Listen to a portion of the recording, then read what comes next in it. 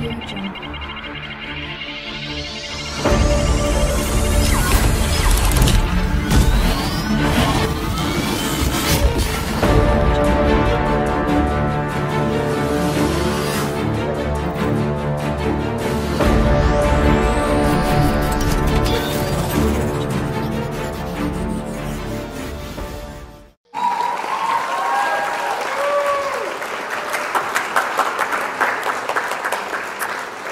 Assalamualaikum warahmatullahi wabarakatuh. Waalaikumsalam warahmatullahi wabarakatuh. Hello everyone. How's your day? Great. Yeah, I hope you have a great day.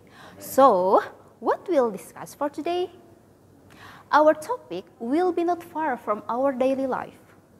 Today, we are in a digital era or in the digital age, right? So, as we know, we can get everything, the information from the internet. Maybe we can search from the education field, health, the economic, the politics, or even the issues that are happening in all parts of the world. So, here, what the internet or the technology show us when giving the information to us, yeah, maybe it can be use image or picture, words, or maybe some video. So, how this visual can representing the social actor? So, there are three terms how visual can representing the social actor. The first term, how the correlation between word and image itself. So, the function from the image and the word are different in each context. According to Hall, 1982, okay, you can see the example to the image on the slide. Okay, this image is the example, the image from science and technology. So, the visual here seems the most complete and explicit way of explaining things, while the word become supplements, become the comments, the footnotes, or the label in the picture. So, the next pictures is the example in advertisement context. Look to this picture. Okay, what do you think? The image, the function from the image give us a dream of glamour or fulfillment, while the word give us the information what we need. For the example, the specification of the product, the address where we might buy it, and the price. So, the next example I will show you is the context of newspaper. The function from the image and the word are different. In this picture, the function of word tell us what the politician did, while the image capturing the moment show us what they did. So, the second term, the correlation between image and the viewers. Before that, we discussed about the correlation between the word and image. So the next term, between the image and the viewers. According to Gutter-Kress 2007, there are three dimensions considered in the context. The first one is the social distance. The social distance between the picture. In the picture, there are a social actor or people or describing people. Now, this is the social distance between the spectating people with the viewers. When you see to the picture, what do you think? If you think that you're close to them, or maybe you think that they are stranger, that's the distance between the people, depicting people and the viewer. They feel close to them or stranger. So the next is the social relation between the image and the viewers. There are three parts here. The difference when you look to the picture, when you see to the picture, that you feel you see two people below us, or maybe above us, or maybe in the same in eyes level. This is the picture, the example of PJ Habibie. What do you think? That when you see to this picture, that you see to below us, above us, or in the eyes level? For me, it's I see to this picture is above us, above me. Okay, so it's different with other picture. When I see this is they are some the fit came in the some country, and I see this is I look to them is below me. So when we see to the picture in eyes level, maybe the person in the picture is the eyes level as us. We have same job, we have same what we did. Okay, and the third dimension is a social interaction. How can, look to the picture, how can this picture make some conversation with you as the viewers? When you see to the picture, is you feel that they are saying something to you.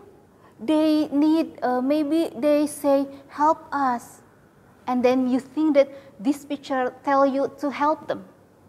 This is the whole picture can make the interaction with the viewers. Okay, maybe that's enough for me. So, and this will be continued with my partners, Alka. Applause.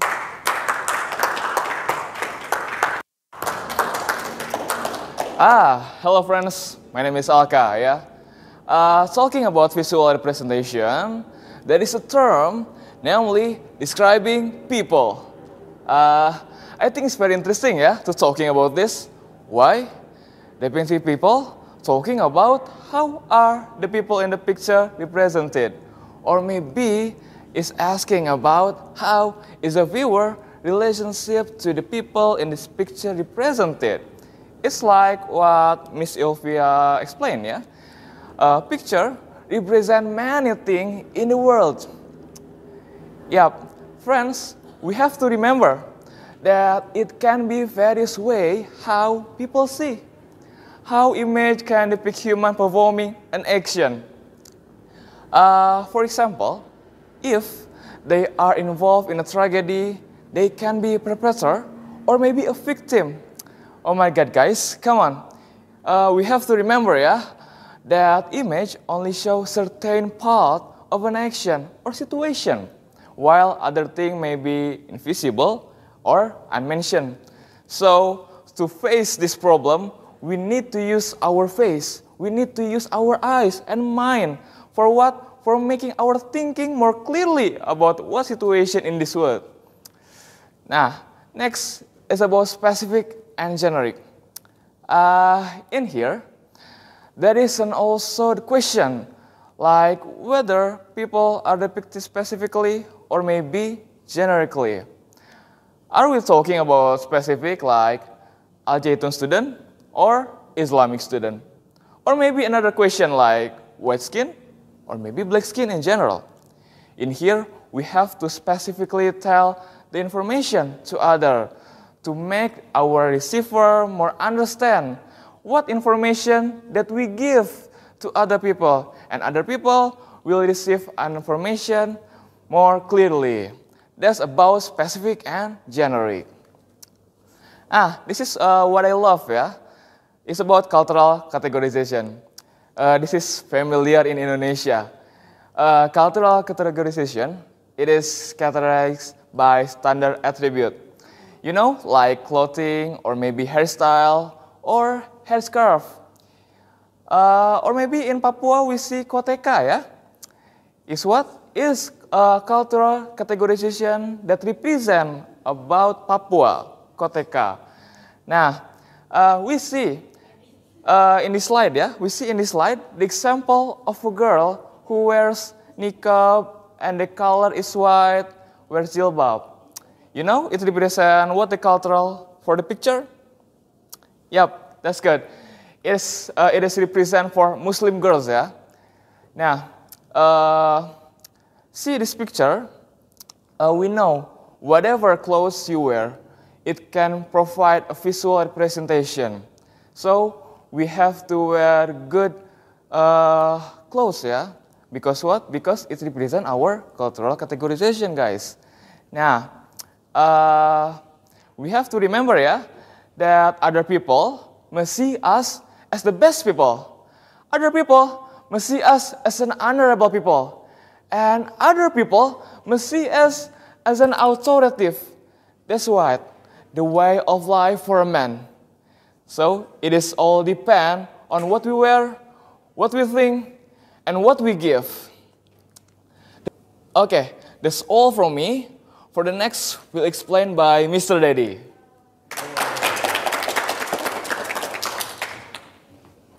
Well, thank you, Alka, for inviting me to this show. I will be talking about the strategies, okay? There are many strategies to show that we realize with the words of picture or images, and it represents our life. Well, you know, in our life, we know the term of self and others.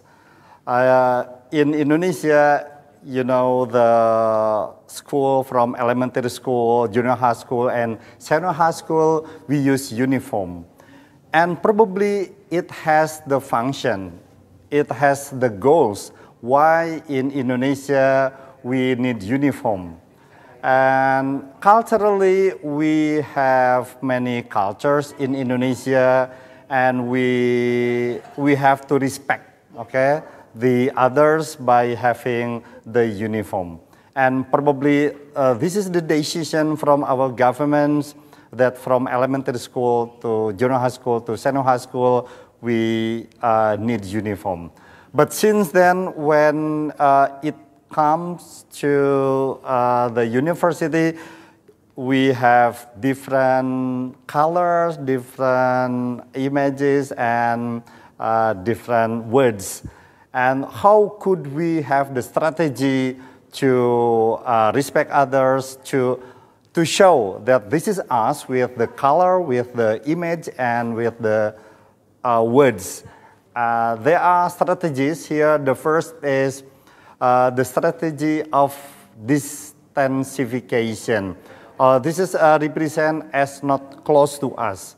We know this is us. In English culture, we have to be expressive. Expressive means this is our self.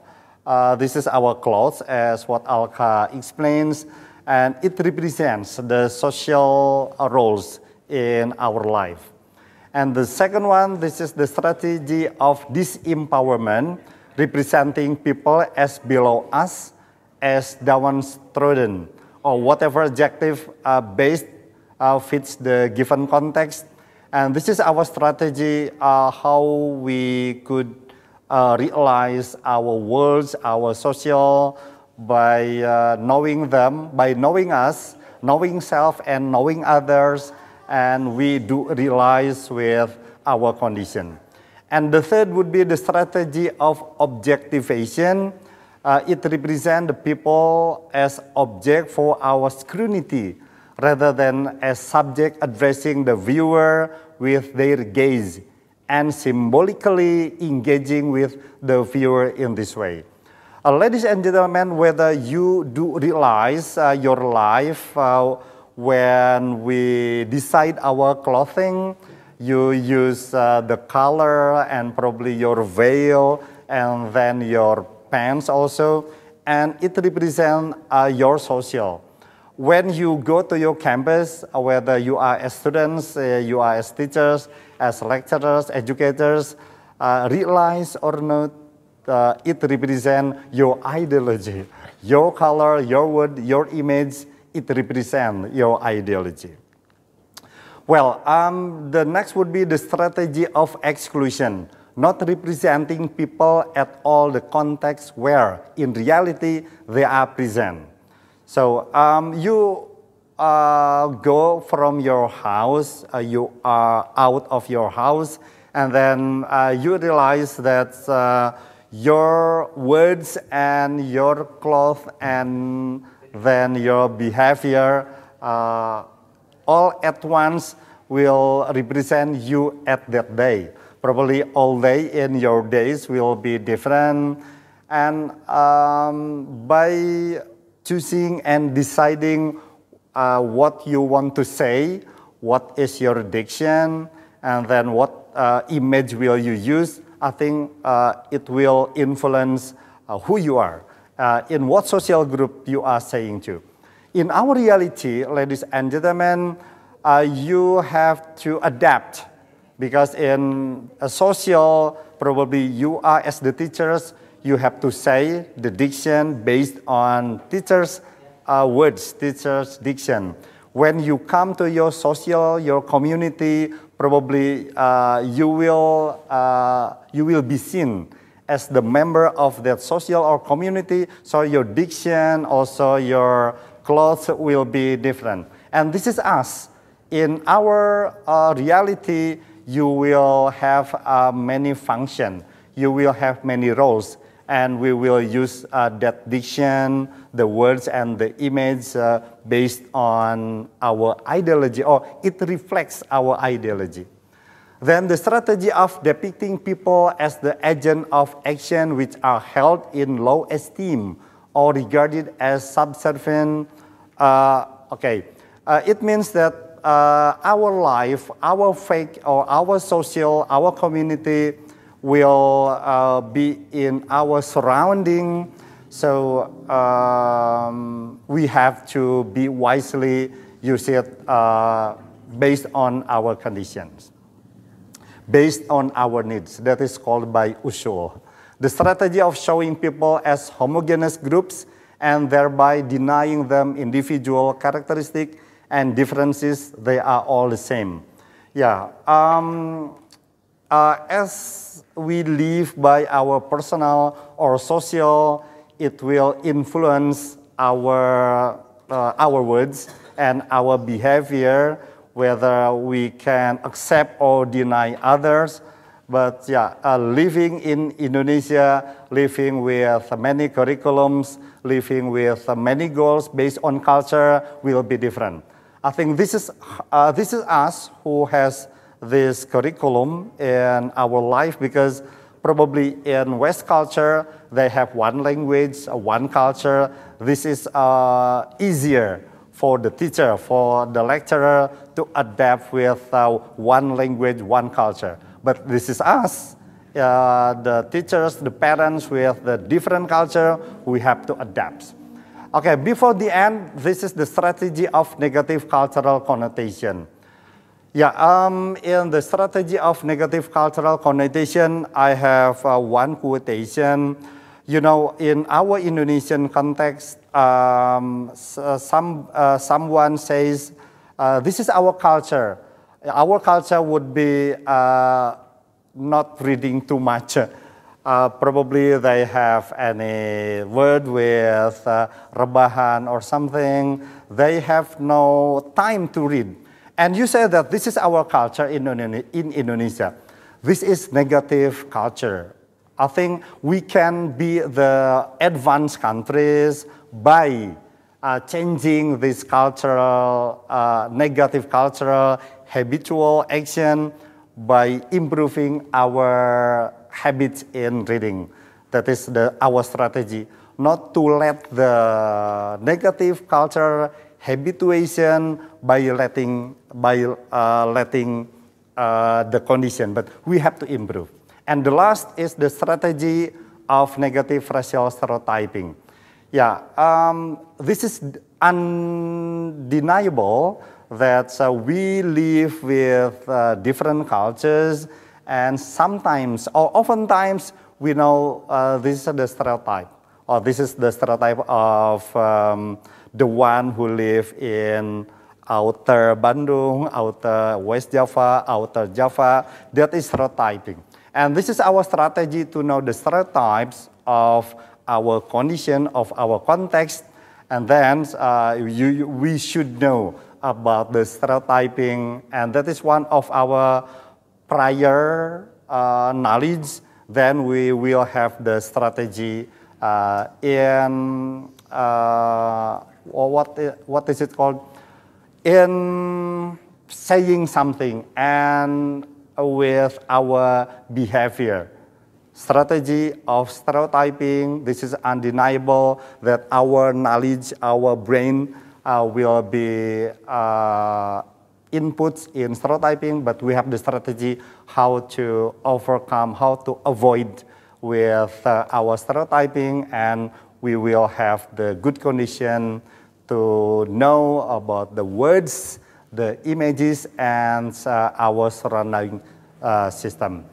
I think that is all what is the strategy for knowing the words and the images and our surrounding system. Thank you, Dedi Sulaiman.